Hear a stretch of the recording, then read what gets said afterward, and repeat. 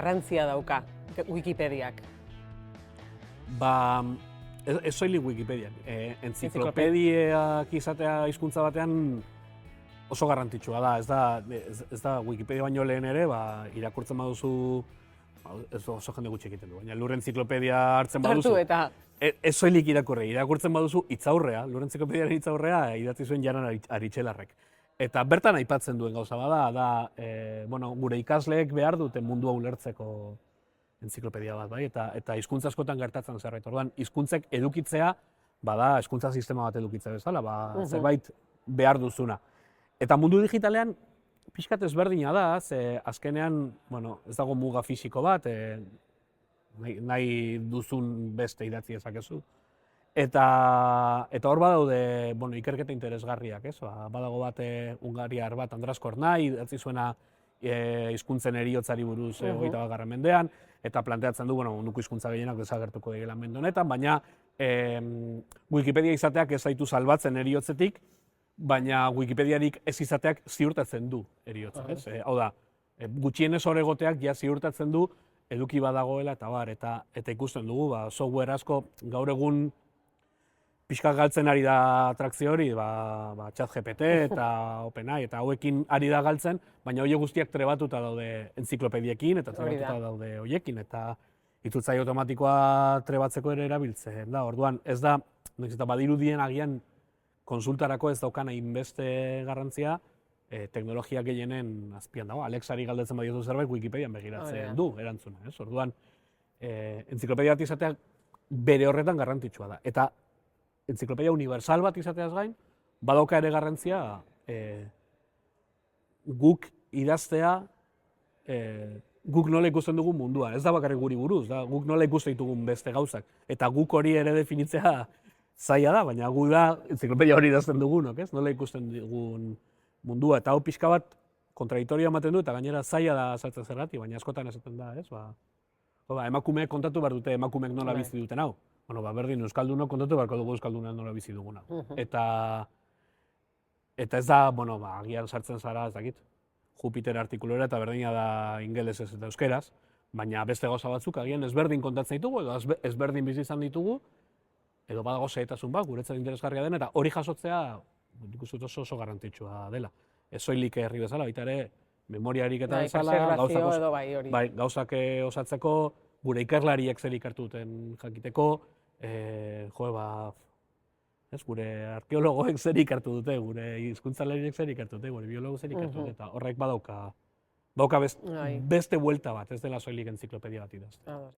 Kritika bat ere jaso izan duna, edo hasieratik edo, esan du, hemen edo zeinek idatzi dezake, edo zertaz, non dago fidagarritasuna, edo egiatasun hori, edo hori bada, ez da, kritika bat egin zaiona, aizku asko daude hor. Bai, eta normala da kritika hori egitea, zen entziklopedia gehienak, 18. mendetik aurrera, eta batez ere 20. mendearen hasieran, adituak bilatzen dituzte gauzetan, ez? Entziklopedia Britanikak, 1911 ezakin duizkoa den reedizio bat, badauka artikulu bat Marikurik idatzita, edo bertikula Einsteinek idatzita, ez? Eta horrek ematen dio, badaki jende honek zertaz ari den, ez? Eta normalki akademiak idatzi du entziklopedia, ez? Guri gertatzen zaiguna da, nola esaten zuen batek irakurtzen dion behin, ez? Los Nadie, ez? A bunch of, nola irakurtzen dion? A bunch of nobodies, ez? Talde bat, biltzen dena, ez da zehazki aditua gaietan, nahi duena bakarrik entziklopedia bat idatzi, eta azten dena idazten. Eta horrek sortzen du, mesfidantza, logikoa denez, ez? Baina nik uste dut mesfidantza horiek lehenengo hamarkadan logika zeukaten, hurrengoan justo kontrakoa gertatu da, ez? Gero eta fidagarritasun gehiago, ez soilik, badaude oraindik, ni unibertsitatera noanean hitzaldiak ematera, badaude ikasleak esaten diatenak, bere bigarren hezkuntzako irakasleek esan diotena, ez konsultatu Wikipediaz ez da fidagarria, eta esan duzu, berez bai, ez da fidagarria, baina ez da fidagarria eta ez konsultatu bi gauza ezberdin dira, ez? Gauza bada, ez da fidagarria kontzeptua, da ez fiatu ezertaz, ez fiatu medioetaz, ez fiatu izan irizpide kritikoa, ez baloratzeko, ea hor esaten zutena nor den, nola den, zeiturri dituen, eta beste da ez konsultatu, dagoen saltoa benetako pertzepzioaren inguruan, benetako pertzepzioa eta esaten zutenen artean ez datoz bat.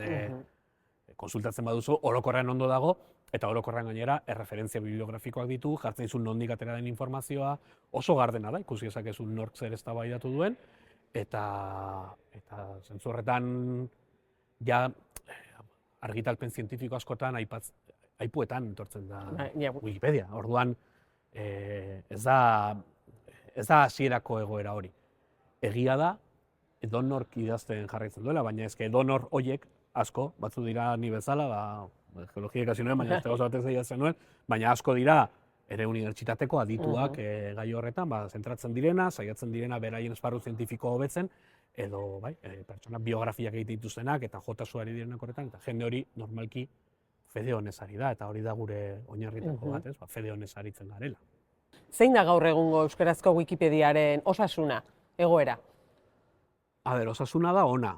Ez da gauza gehiago edo laguntza gehiago behar ez dugunik, beti beharrezkoa da, baina gure hizkuntzaren tamainarekin begiratu haritu gauza hau beti. Artikulu kopuruan dela neurketa bat egin daitekena gara 33-garrenak. Orduan, ondo, hor lehia honean, lareun eta ia 50.000, urte honetan segurazki iritsiko gara maieran, baina gero badaude bi neurgailu nahiko interesgarri. Bat da, Wikipedia guztiak izan beharreko 1000 artikulu, direla nolabait 1000 gai... Beharrezkoak edo nahiko evidenteak direnak. Eta gero dago beste zerrenda bat, 10.000 artikulu hori ez dira inevidenteak denak, baina 10.000 horiek. 1000koan nahiko ondo gaude, 14garrena azken neurketan, Italiera gainditu berri, orduan ondo. Eta 10.000koan 17garren, justu orain Bulgariara gainditu berri, orduan ondo ere. Eta bakarri daude 3 hizkuntza lortutenak 10.000 artikuluiak edukitzea, eta dira serbiera, euskera eta katalana. Orduan, alde horretatik ondo. Voluntario kopuru ere nahiko majoa daukagu dugun hizkuntzaren tamainarekiko, eta kalkulatzen baduzu munduko altuenetakoa da. Eta gainera, beste Wikipedia batzuetan gertatzen ez dena ere badaukagu, eta da idazten duten emakume kopurua, zaila da jakiten ze jende asko anonimoa da, baina Wikipedia askotan gutxi gora bera 10% eta 20 artean dira emakumeak, identifikatzen direnak emakume gisa bertan, eta gurean jo babado de taldeak, ez? Durango, Ondarrun eta... Marisa da. Marisa eta Maripa eta hauen taldeak, eske idazten dute astero 30 biografia emakumeenak, ez? Eta biltzen dira, eta horretaz gain, unibertsitatean ari garenan, unibertsitateko ikasleen erdia baino gehiago emakumeak dira ere, ez? Orduan, hori ere bada, osasunaren, baina gure Wikipedian badagoen zerbait, ez?